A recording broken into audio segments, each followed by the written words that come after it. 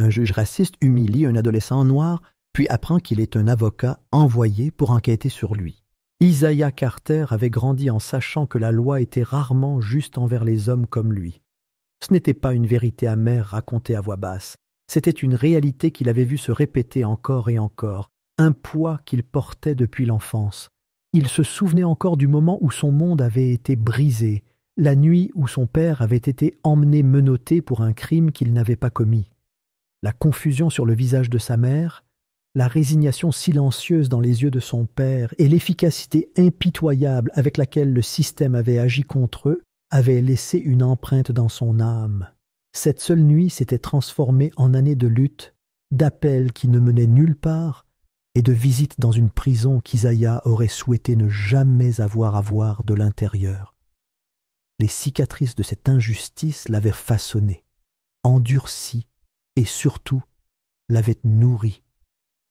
Depuis qu'il avait été assez grand pour comprendre ce qui avait été volé à sa famille, Isaiah avait juré de se battre, non pas par rage, ni par défi téméraire, mais par connaissance, quelque chose que le système ne pouvait lui enlever.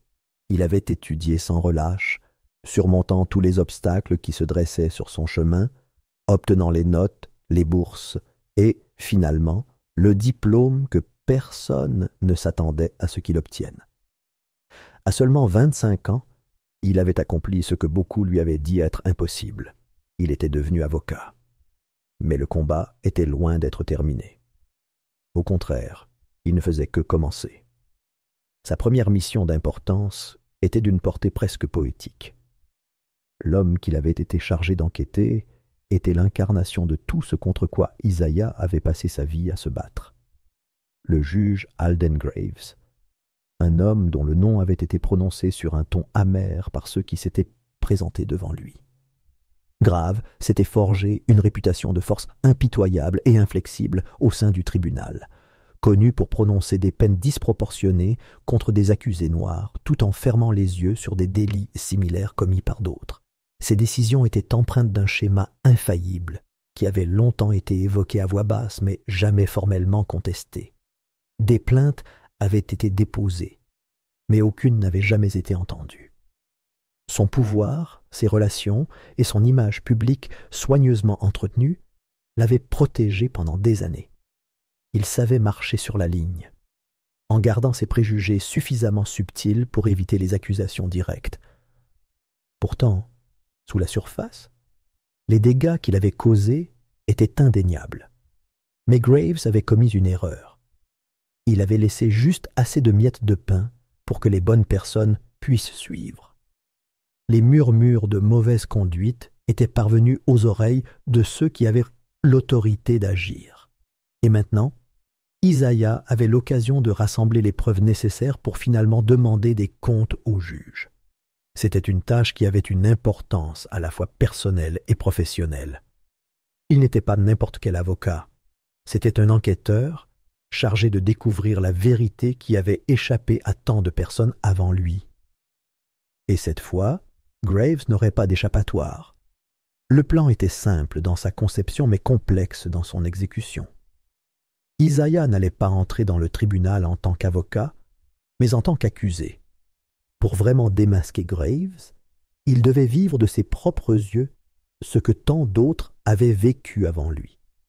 Une accusation mineure avait été montée de toutes pièces, avec juste assez de crédibilité pour garantir qu'elle le conduirait devant le tribunal de Graves sans éveiller les soupçons. Flâner dans un parc public après les heures d'ouverture, une infraction qui ne devrait pas valoir plus qu'une amende, si ce n'est pas. Le genre d'accusation qui était souvent rejetée sans arrière-pensée. Mais Isaiah savait qu'il ne fallait pas s'attendre à ce que la justice soit faite. Il savait que des hommes comme Graves ne voyaient pas les jeunes noirs comme des individus, mais comme des statistiques, des fardeaux, des obstacles à écraser sous le poids de la loi. Et aujourd'hui, Isaiah se laissait voir ainsi, ne serait-ce que pour révéler la vérité. Ce matin-là, il choisit soigneusement ses vêtements.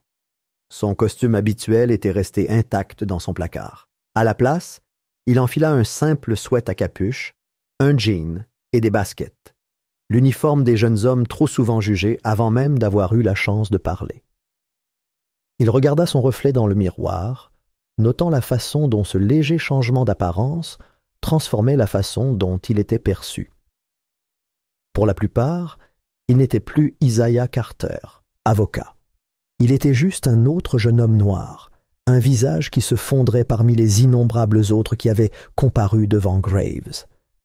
Cette pensée l'exaspérait et le durcissait à la fois. En se dirigeant vers le palais de justice, il sentit le poids de l'histoire peser sur lui. Il ne s'agissait pas seulement de son cas. Il ne s'agissait pas seulement de dénoncer un homme. Il s'agissait de tous les garçons qui s'étaient déjà retrouvés dans une salle d'audience, levant les yeux vers un juge qui avait déjà décidé de leur sort avant même qu'un seul mot ne soit prononcé. Il s'agissait de son père, des années qui lui avaient été volées, des innombrables familles qui avaient regardé impuissantes le système engloutir leurs proches. Isaiah n'entrait pas dans ce palais de justice pour lui-même, il y entrait pour tous.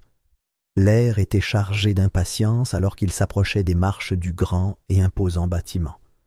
Les piliers de pierre se dressaient au-dessus de sa tête, témoignage d'une institution qui avait résisté pendant des siècles, inflexible et indifférente. Le sol même sur lequel il marchait avait été témoin du sort de milliers de personnes avant lui, certaines qui avaient été libérées et d'autres non. Le pouls d'Isaiah restait stable alors qu'il poussait les lourdes portes, pénétrant dans l'air frais et stérile du hall du palais de justice. Le poste de contrôle de sécurité se profilait devant lui, une barrière entre lui et la salle d'audience où tout allait se dérouler. Il avança, sachant qu'une fois passé, il n'y aurait plus de retour en arrière. Au moment où le détecteur de métaux retentit, les yeux des gardes se tournèrent vers lui avec suspicion immédiate. La fouille qui suivit fut inutile, agressive et révélatrice. Ils le palpèrent avec une minutie qui témoignait de leur supposition, de leur conviction profonde que quelqu'un comme lui devait cacher quelque chose. Il les laissa faire, les laissa voir ce qu'ils voulèrent voir. Ils n'en attendaient pas moins. Une fois satisfaits, ils lui firent signe de passer d'un hochement de tête brusque, l'envoyant plus profondément au cœur du bâtiment où la véritable bataille l'attendait. Les portes de la salle d'audience se profilaient devant eux, les panneaux de bois polis d'un éclat trompeur. Derrière eux, le juge Alden Graves était assis sur son trône, ignorant qu'aujourd'hui serait différent. Aujourd'hui, il n'était pas le seul à avoir du pouvoir dans cette salle. Isaiah inspira, se préparant à ce qui allait arriver. Le poids de l'histoire pesait sur lui, mais il ne s'inclina pas sous lui. Au lieu de cela, il s'avança, prêt à affronter l'homme qui avait régné sur tant de vies avec une cruauté sans faille. Aujourd'hui, ce règne allait commencer à se fissurer, et Isaiah Carter allait être celui qui le briserait. Dans la salle d'audience, le juge Alden Graves était assis comme un roi sur son trône, présidant les vies qui lui étaient présentées avec l'indifférence froide d'un homme qui avait depuis longtemps oublié le poids de ses propres jugements. La pièce était stérile, l'air chargé du désespoir silencieux de ceux qui savaient que leur sort avait déjà été décidé. Des rangées de bancs en bois s'étendaient vers le banc où Graves était assis, ses yeux perçants balayant les accusés avec le calcul impartial d'un homme qui passe au crible des documents sans signification. Pour lui, ce n'étaient pas des personnes, c'étaient des affaires, des chiffres, des désagréments à traiter rapidement et efficacement. Isaiah Carter était assis parmi eux, n'apparaissant comme rien de plus qu'un autre jeune homme noir pris dans les rouages implacables du système. Son sweat à capuche pendait lâchement sur ses épaules. Sa posture, soigneusement ajustée pour projeter une soumission silencieuse. Tout en lui avait été conçu pour se fondre dans la masse, pour imiter les innombrables autres qui se tenaient à cet endroit précis avant lui. Mais sous la surface, son cœur battait régulièrement, chaque pulsation portant le poids d'années de préparation. Il était là pour être témoin, pour vivre, pour recueillir la vérité que tant d'autres avant lui avaient été incapables de prouver. Quand son nom fut appelé, il se leva, contrôlant ses mouvements. Les lourdes chaînes de l'histoire s'enroulèrent autour de ses épaules, le pressant alors qu'il avançait. Grave leva à peine les yeux au début, feuilletant le dossier avec indifférence. Une accusation mineure, flâner dans un parc public après les heures de bureau, une infraction insignifiante. Mais au moment où les yeux du juge se levèrent et rencontrèrent ceux d'Isaiah, quelque chose dans son expression changea. Son regard s'aiguisa, évalua, catégorisa. Il ne reconnut pas la véritable identité d'Isaiah, seulement le préjugé automatique qui obscurcissait la vision du juge. Grave se renversa dans son fauteuil, ses lèvres se courbant en quelque chose qui ressemblait à de l'amusement mais n'apportait aucune chaleur. Sa voix, épaisse de dédain, enroula les mots comme un serpent s'enroulant autour de sa proie. Il se demanda pourquoi un garçon comme Isaiah perdait son temps, pourquoi l'argent du contribuable devait être dépensé pour une énième affaire qui ne devrait même pas exister. Les mots étaient soigneusement choisis, chaque syllabe dégoulinait de condescendance. Pour une oreille non avertie, ces mots auraient pu ressembler à une réprimande de routine, mais Isaiah savait qu'il n'y avait rien de plus simple. C'était la façon dont Graves opérait, jamais ouvertement hostile, jamais ouvertement raciste, mais toujours imprégné du venin silencieux d'un homme qui croyait en sa propre supériorité. Puis vint la conférence, longue et destinée au spectacle. Grave se lança dans son monologue bien répété, s'adressant non pas à Isaiah, mais à la salle d'audience elle-même. Il dressa un tableau du potentiel gâché, des mauvais choix conduisant à une ruine inévitable. Il parle de jeunes hommes qui gâchaient leur vie, du fardeau qu'ils imposaient à la société. Ces paroles furent accueillies par des regards entendus de la part des officiers de police présents dans la salle et par des sourires narquois échangés entre les greffiers qui avaient déjà vu ce spectacle. C'était une mise en scène conçue non seulement pour punir, mais pour humilier.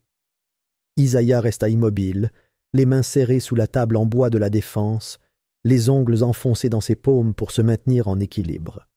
La rage couvait sous la surface, brûlante mais contrôlée. Il avait passé des années à tempérer ce feu, à le transformer en quelque chose d'utile. Ce n'était pas le moment de se mettre en colère, c'était le moment d'endurer. Mais Graves n'avait pas fini. Il se pencha en avant, son sourire s'élargissant, tandis qu'il suggérait qu'Isaiah avait besoin d'une leçon qu'une simple amende ne lui apporterait pas. Quelques nuits derrière les barreaux, se dit-il, serviraient de signal d'alarme. La suggestion fit des vagues dans la salle, l'huissier se déplaçant avec un amusement silencieux, les murmures d'approbation de ceux qui avaient depuis longtemps accepté l'autorité du juge sans poser de questions. La salle d'audience était devenue une scène et Isaiah était le protagoniste réticent d'une pièce qu'il avait vue jouer bien trop de fois auparavant. Lorsque le jugement fut rendu, une peine de 3 jours de prison pour un délit qui méritait à peine un avertissement, Isaiah sentit le moment du jugement se rapprocher. Il ne protesta pas, ne broncha pas. Au lieu de cela, il leva les yeux et croisa le regard de Graves avec un regard calme et inébranlable. Ce n'était qu'un éclair, un bref échange dans l'immensité de la salle d'audience, mais pour la première fois, quelque chose dans la confiance du juge vacilla. Il l'écarta, convaincu de sa propre victoire, assuré d'avoir une fois de plus remis un autre garçon à sa place. Alors que les gardes s'approchaient, leurs mains tendues vers ses bras, Isaiah les laissa faire. Il les laissa l'emmener, ses pas calmes, son expression indéchiffrable. Grave pensait avoir gagné. Il n'avait aucune idée de qui il venait de condamner. Des heures plus tard, après qu'Isaiah eût été libéré sous prétexte d'un appel réussi, il sortit du centre de détention avec le poids de la détermination qui pesait sur chacun de ses pas. La nuit avait été longue, les heures passées dans une cellule remplie des échos persistants d'hommes qui avaient été engloutis tout entiers par le système. Il avait écouté, observé, absorbé l'atmosphère, sachant que pour beaucoup, il n'y aurait pas d'appel, pas de seconde chance. Mais il était venu préparé. Ce n'était pas sa réalité. Plus maintenant. Il était entré dans ce tribunal en tant qu'accusé, mais maintenant, il reviendrait sous une forme bien plus grande. Vêtu d'un costume sombre impeccable, Isaiah ajusta le badge soigneusement accroché à son revers, le petit emblème brillant sous les lumières du tribunal. Chacun de ses pas dans le couloir familier était mesuré, précis, porteur de la confiance d'un homme qui savait qu'il appartenait à cet endroit. Les murmures des greffiers et des avocats s'estompèrent à l'arrière-plan lorsqu'il atteignit sa destination, les bureaux privés du juge Alden Graves. La lourde porte en bois se dressait devant lui, symbole d'un pouvoir sans entrave qui n'avait pas été contesté depuis longtemps. Mais aujourd'hui, cela allait changer. À l'intérieur, Graves était assis, penché sur son bureau, parcourant les lignes d'un dossier avec la même indifférence qu'il avait affichée au tribunal. Sa robe était drapée sur le dossier de sa chaise, ses manches retroussées, comme s'il était en train de rendre la justice. Le voir assis là, inconscient de ce qui allait arriver, envoya une satisfaction lente et froide dans la poitrine d'Isaiah. Il avait attendu ce moment, l'avait imaginé dans les moindres détails. Et maintenant, le moment était venu. Grave leva à peine les yeux, son ton s'empourpra d'irritation tandis qu'il se demandait ce qui allait se passer maintenant. Comme si la présence même d'Isaiah était une nuisance. Il ne le reconnaissait pas encore. Le juge avait condamné tant de jeunes hommes noirs avec la même arrogance, la même cruauté dédaigneuse, que les visages s'étaient confondus en une seule entité collective. Pour lui, Isaiah n'était qu'un autre accusé anonyme, juste une autre leçon à enseigner. Il n'avait aucune idée de qui se tenait devant lui maintenant. Isaiah s'éclaircit la gorge, prononça délibérément les mots alors qu'il se présentait pleinement. « Monsieur Carter, l'avocat Carter. » Le changement fut immédiat. La plume de Graves s'immobilisa dans sa main, son corps se tendit alors que les mots se posaient dans l'air entre eux. Son regard se leva brusquement, ses sourcils se froncèrent de confusion, puis de réalisation.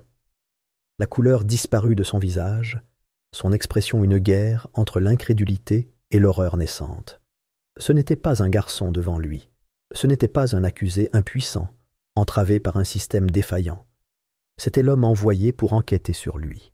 Le silence s'éternisa, épais et étouffant. Grave ouvrit la bouche. Mais la réplique qui se formait s'effondra avant qu'elle ne puisse prendre forme. Isaiah prit son temps, s'avança, sa présence régnant sur l'espace avec une autorité tranquille. Il déposa le dossier sur le bureau du juge avec un soin délibéré, son poids étant une manifestation physique des années de mauvaise conduite soigneusement collectées et documentées. Le dossier était épais, les pages qu'il contenait remplies de noms, de dates et de schémas indéniables. Des plaintes qui n'avaient jamais vu la lumière du jour. Des rapports qui avaient été enterrés. Une histoire de condamnation excessive, de décisions disproportionnées et sévères contre des accusés noirs, chacune d'elles étant un élément de preuve accablant qui formait un nœud coulant qui se resserrait autour de la carrière de Grave. Isaiah parlait avec la patience d'un homme qui s'était préparé depuis longtemps à cette confrontation, racontant toutes les injustices, tous les préjugés que Graves avait exercés en toute impunité depuis son banc. L'arrogance du juge craqua. Ses doigts se contractèrent sur les pages, ses lèvres s'entr'ouvrirent comme s'il pouvait nier, détourner l'attention, invoquer le même ton dédaigneux qu'il avait utilisé si facilement auparavant. Mais il n'y avait pas de jury ici, pas de rire de salle d'audience pour renforcer son autorité. Il n'y avait qu'Isaiah, et la vérité mise à nu devant lui. Grave bafouilla, cherchant des excuses, cherchant les répliques répétées qu'il avait protégées pendant des années. Mais Isaiah ne vacilla pas. Il poussa simplement le dossier plus près, sa voix inébranlable alors qu'il portait le coup final. Le rapport avait déjà été envoyé au comité de surveillance. Les roues avaient déjà été mises en mouvement. Il n'y avait aucune échappatoire, aucune manipulation qui pourrait déformer les faits à son avantage. Son règne était terminé. Isaiah vit le juge prendre conscience de la lente disparition d'un homme qui avait passé des décennies intouchables. Il n'y avait aucune colère dans l'expression d'Isaiah, aucune satisfaction au-delà de la détermination tranquille d'un homme qui avait fait ce qu'il fallait faire. Il ne s'agissait pas de vengeance. Il s'agissait d'une justice qui aurait dû être rendue depuis longtemps. Et alors qu'il se tournait pour partir, les derniers mots qu'il avait prononcés restaient suspendus dans l'air, scellant le sort de l'homme qui s'était cru intouchable. Votre passage sur ce banc est terminé. Vous avez détruit suffisamment de vies. Les semaines suivantes se sont déroulées comme un jugement qui aurait dû être rendu depuis longtemps. Ce qui n'était que des rumeurs dans les recoins sombres du palais de justice s'est transformé en une tempête d'audience, d'enquête et d'indignation publique.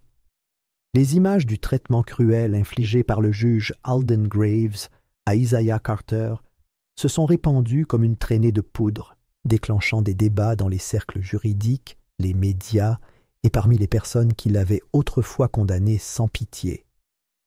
Le monde a vu l'homme qui avait passé des décennies à rendre des jugements se retrouver au centre de tout cela, ses actes disséqués, ses préjugés exposés. Le système qui l'avait protégé pendant si longtemps s'est retourné contre lui et, pour la première fois, il s'est retrouvé face à un tribunal dans lequel il n'était pas l'autorité, mais l'accusé. La pression est montée avec une force implacable. Les groupes de défense des droits de l'homme ont exigé des comptes.